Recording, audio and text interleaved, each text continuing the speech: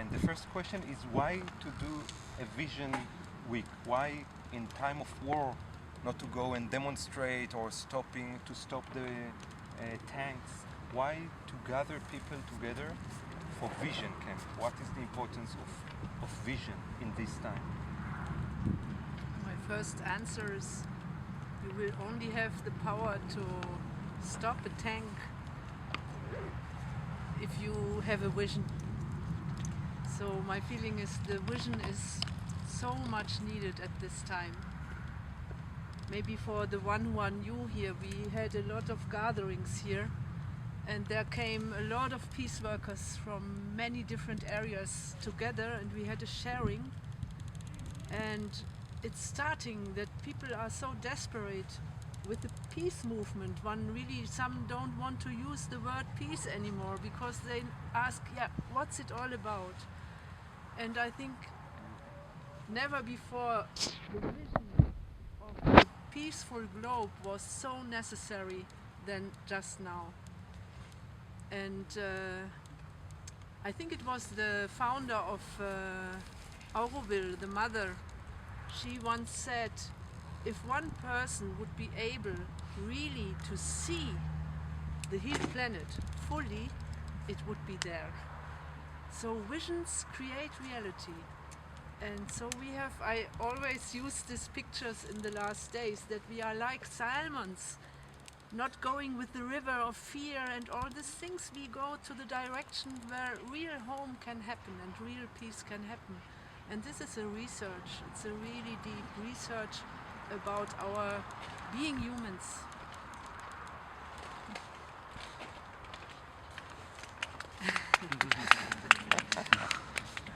And I have to say, before I decided to come here, my vision was that we invite around 2,000, at least 2,000 Israelis, Palestinians, to come together at one place like a refugee camp where we say no, we are not part of this kind of violence, and we can show that you can change every place towards beauty.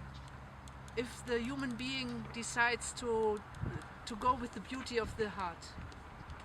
And now it became a bit smaller, but I think we had a real powerful time here. Deep sharings with Palestinians, Israelis, internationals, and this nourished us. If you only listen to the news and only counting numbers, how more and more people die, every human being could be our daughters, our sons, and we have the compassion to all this suffering, and so we need an answer to transform this. So visioning also means this for me. The vision is like the placenta, which gives me empowering for my action. Thank you. We heard yesterday in the news about what happens also in Syria, and also we know what happened in Croatia and other places in the world. We have friends in Colombia who are living in a war situation for many years.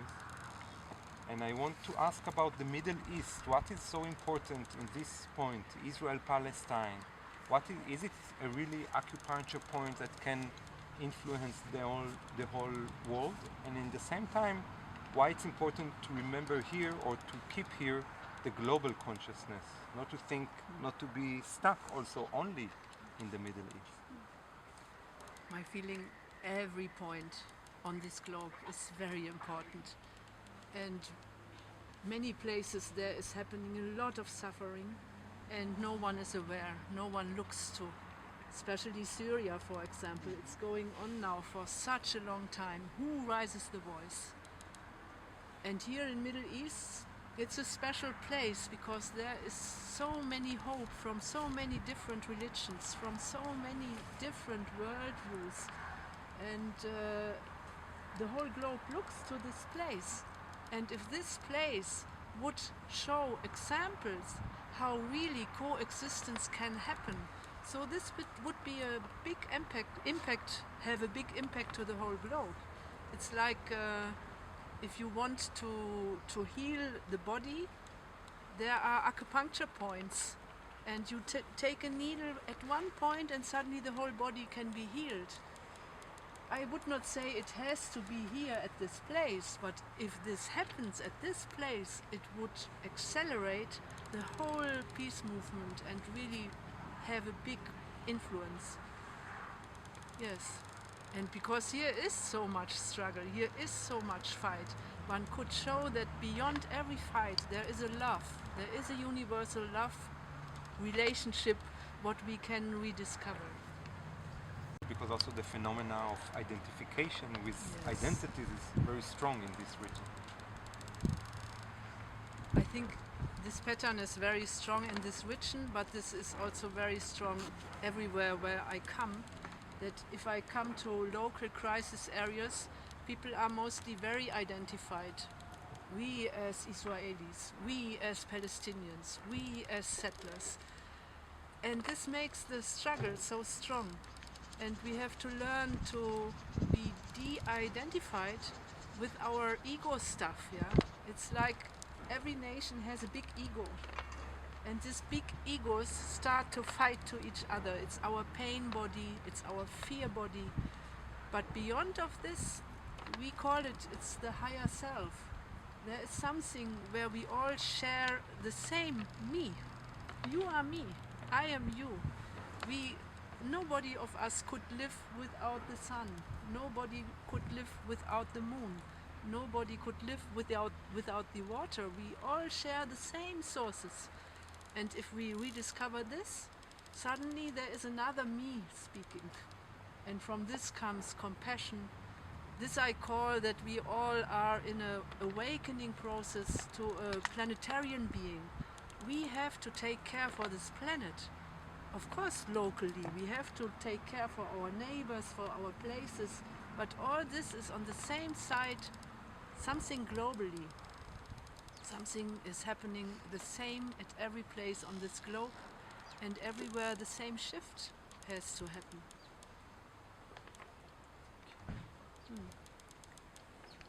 We met a woman, a Palestinian woman who came to us. She was here and she said, it's not enough what you do to see it and to talk about the pain, and you hug each other and you make each other to feel better, but it's not enough for me as a Palestinian woman. I want something else, I need something else, I need actions and to do something and not only to talk and to feel better. What is your answer to this voice? I was happy that she announced it. She did not know our circle, but it's not enough. I think all the people here in this area, they are hurted that people are so silent, yeah, and that so many people are driven by fear and they want to protect themselves without having the compassion and raising the voice that a shift has to happen. Nevertheless, it starts with beginning that we start to deep listening to each other. Also this woman, then she stayed, she shared her story, and at once she was strengthened. So the beginning is deep sharing, but there is a difference between small talk and just hugging, or really going to the source of our essence, being human. And then I think every deep sharing creates an action. Every real truthful word creates an action. Every real compassion creates change. But which action makes sense? Yeah, I think it doesn't help that we fight against something. It doesn't help. It creates more and more of this kind of struggle. So the action what we need, who is against war, needs a vision for peace. And this is the work what we are doing since 1978. It's a long work. How could a new kind of society look like where we don't only speak of trust, but where we really can trust? And so there we have to face also our ugly parts and to bring them to the surface and to find ways to share them in a way that healing can appear. And I think that it's an emergency call of the whole planet, that humanity reminds that originally we are community beings. Everything what is existing on this earth is a community being. So it's not the question whether I decide to be in a community or out. We are community beings. My heart could not exist without my liver. And so on, everything is working in community. And in former times I think we all have in ourselves a memory where we lived a tribal life and where it was clear that we take care for each other and that we protect each other. And if there is transparency in a community and taking care for each one, there will not exist criminality. But then there came this crazy thought of humanity that we have the power over others and we want to create big states and own country and own car, own things, yeah? All this is already driven by fear. And the new structure, to really develop a new structure, I feel it's really an emergency call of this globe. And every person who is working on this, it's not a question whether we do it in our professions or whether we step out to build communities. We all have to be aware that this is the core. So you started to talk about the connection between building community and peace work. And in this point I want to ask about the Peace Research Village in the Middle East. You can describe the history, how the vision came to you, and also what are the next steps of this project in this current situation? The Peace Research Village in the Middle East, it's a very big dream. A very big dream, and I carry it in my heart. And it came up. We had in Tamera, we had suddenly, when we saw the news again and again, we made a send out with visions how Israelis and Palestinians could come together and share and really come to a common cooperation. And we made a send out. And then many people reacted and they said us, look, all the pictures you brought, they exist already. And then we were invited. I think Vera, she was 18 years old. And we went here and she had her first public speech in Jerusalem in front of at the old city, I don't remember the name of the place. And then we met so many people and we invited them to Tamera to have a reconciliation meeting. And then people shared their stories. So much pain, so much suffering. And from this we developed the theater, what we called We Refuse to Be Enemies. And we decided to do a pilgrimage. And I started the first pilgrimage from Switzerland. I gave all my money away, everything away, and I took my backpack, only a flute and something to cover me. And I was nearly half a year on the road, and my slogan was a peace research village instead of a tank. Imagine the money of one tank could make it happen, that 1,000 people could arrange a place, change it in an ecological way, take care for this place. Yes, and so we became more and more involved in this country, and I still carry this vision very deep in my heart. And I'm very grateful for all the Palestinians and Israeli friends who visit again and again Tamera and who carry and water this seed. Yeah. And how to go on, we have deeply listened for the right time, for the right place. I think everything will appear. This year was part of the Peace Research Village dream. We come to know more and more deep, convinced people. And I'm very grateful for, especially here, for the holder of this place, for Ali, who does such a deep work. And for me, he is part. He would be one caretaker of such a vision, yeah. Or Gabriel, with all his work, what he is doing, we have to come together and to trust and to share, and from this the vision will appear fully, I think. Of course, it would be nice that we have also more support from public people who say, here is a place, please go. For example, close to the Egyptian border, there is a former military base camp, beautiful place. And sometimes I have visions that we go there without asking, but this is still a dream. It's a dream, not, we have to listen and then we will know when the time is ready to fully act. And of course it needs strong holders. It needs a strong development to take care for such a big dream. Leaders from the peace movement in Israel-Palestine, and I feel this movement and the people in it are in a time of contemplation also. What did we do wrong? Like we act, we work for peace for so many years and the situation become worse and worse. And I want to ask you if you can answer this question. What did we do wrong? Also the peace movement and also we as a project.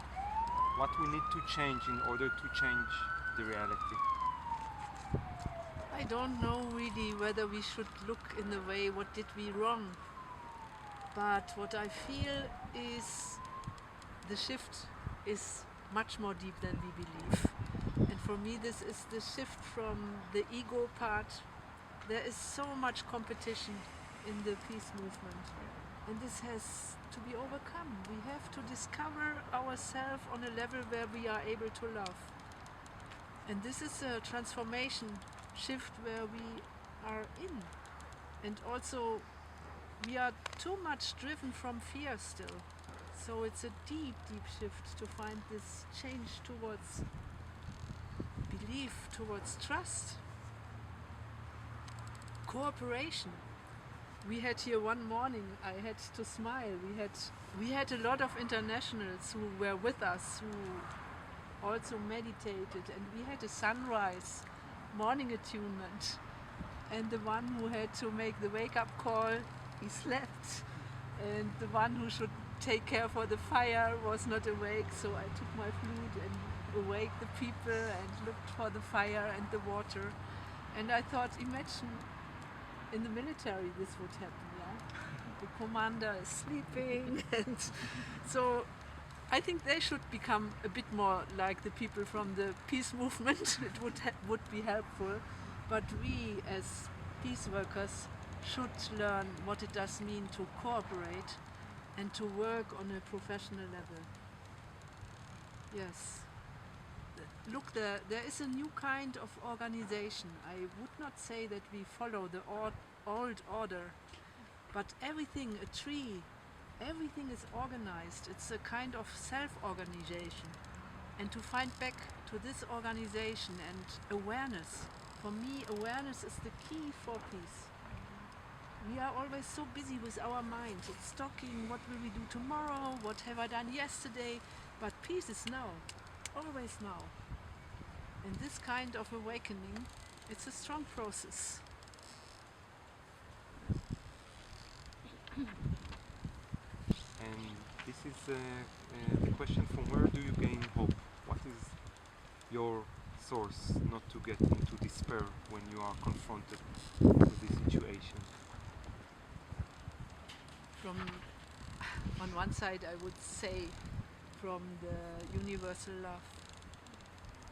I know it, and I had so much experience in my life where I was desperate and I did not know anymore what to do. This point of not knowing, and to learn to become silent, and suddenly you feel this universal power, yeah, which is there.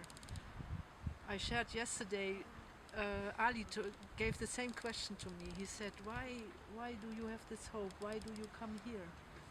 And I told a story, maybe I share it here again. When we started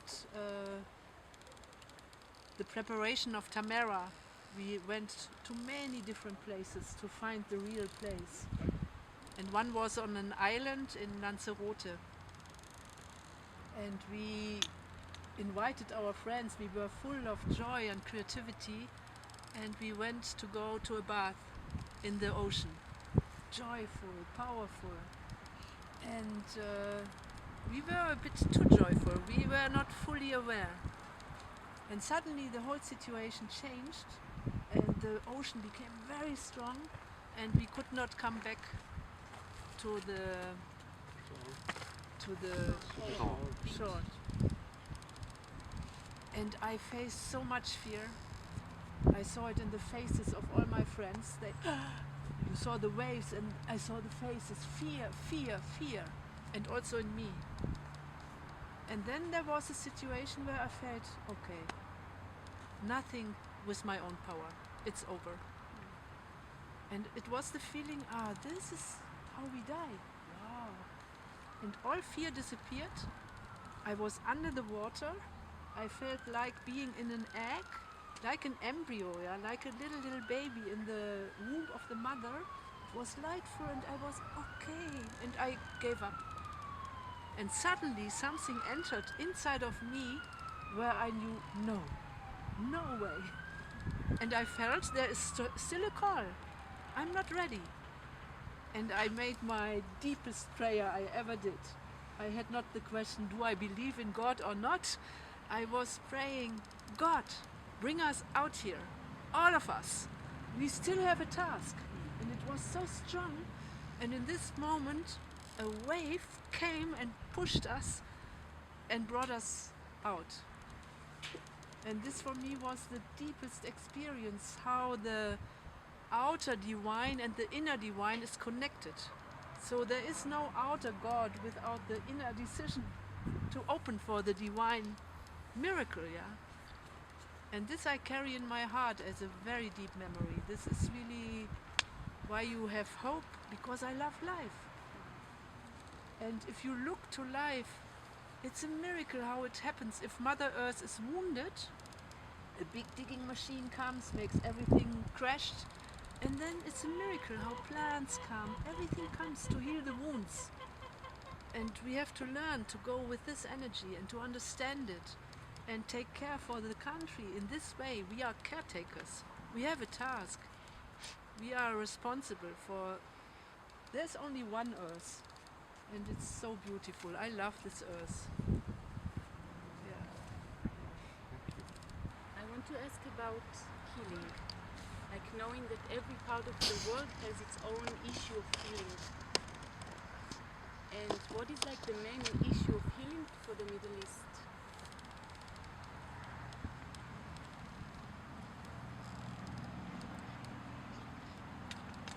I think one very important part is this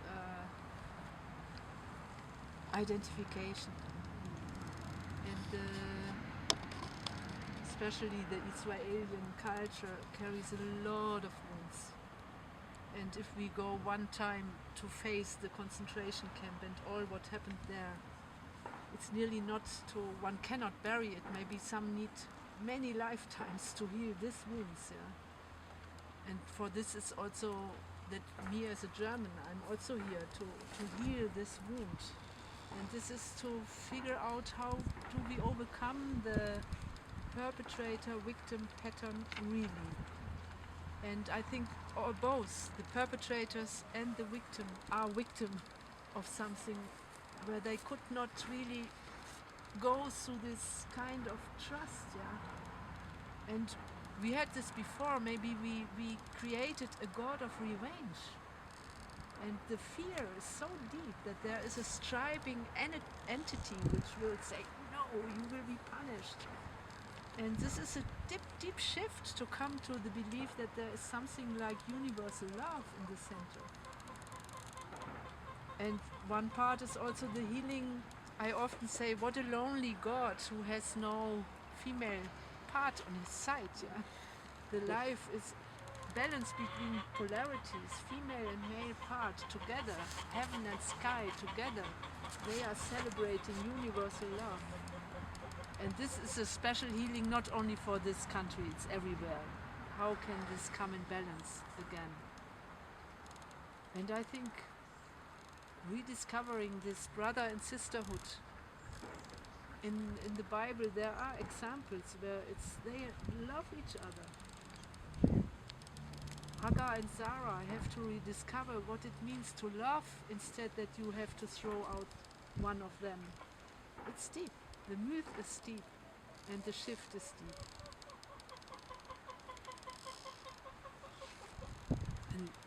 And for Israel, I think also especially, I think many Israelis have to discover this kind that they can lead. To step out of the victim pattern and to take responsibility.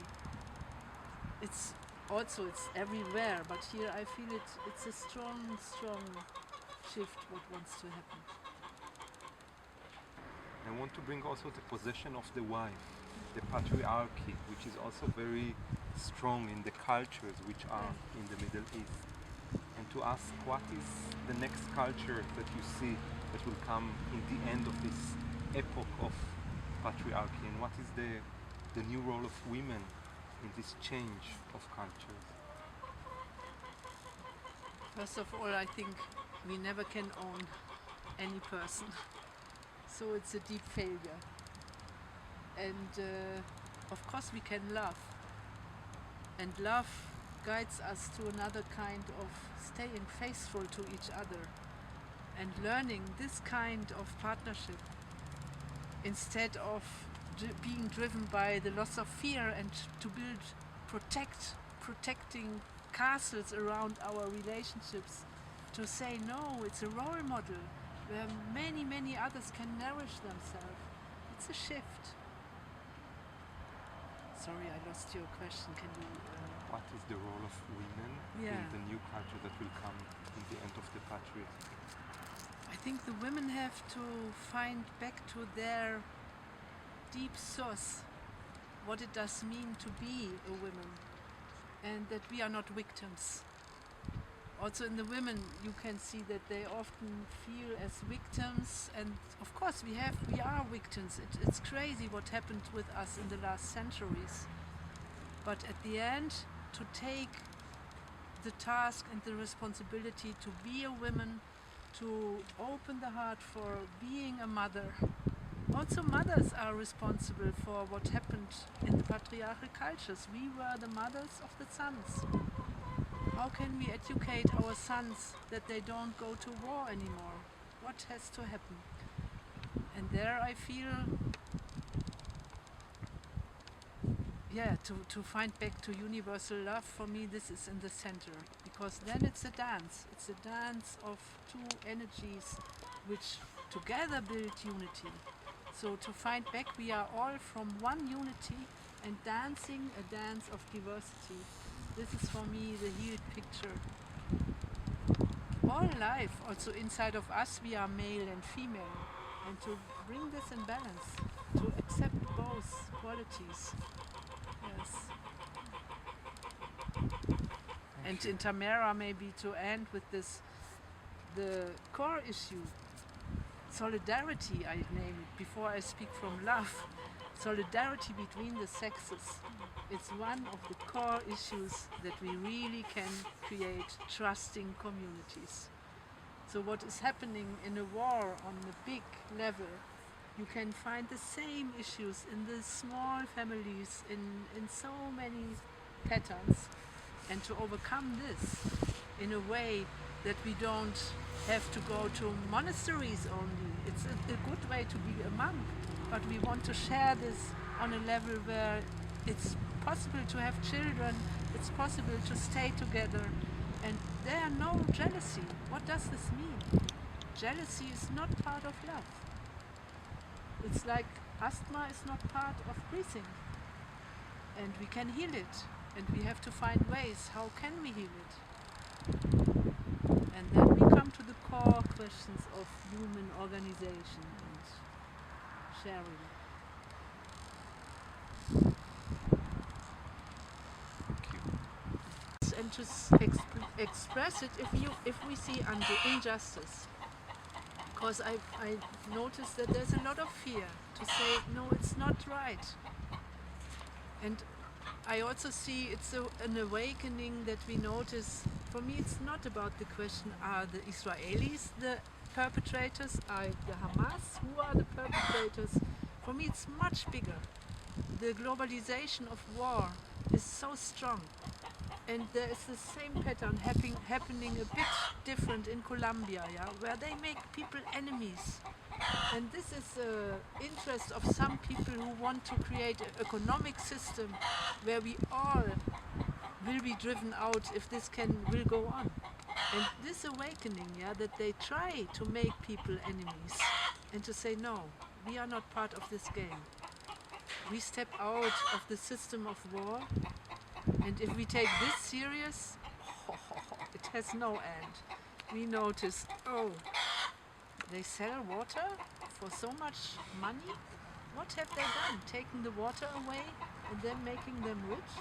And so on. And we notice it's an economic system, and many countries give weapons to the war, yeah? They say stop the war and then they give the weapons. Okay, what a crazy society. And there the radicality to step out is really deep. But it's possible, I think it's really possible.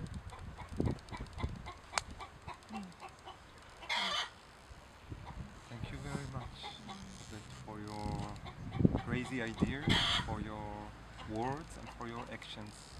It's inspiration. Thank you for having me here. Yeah. So we are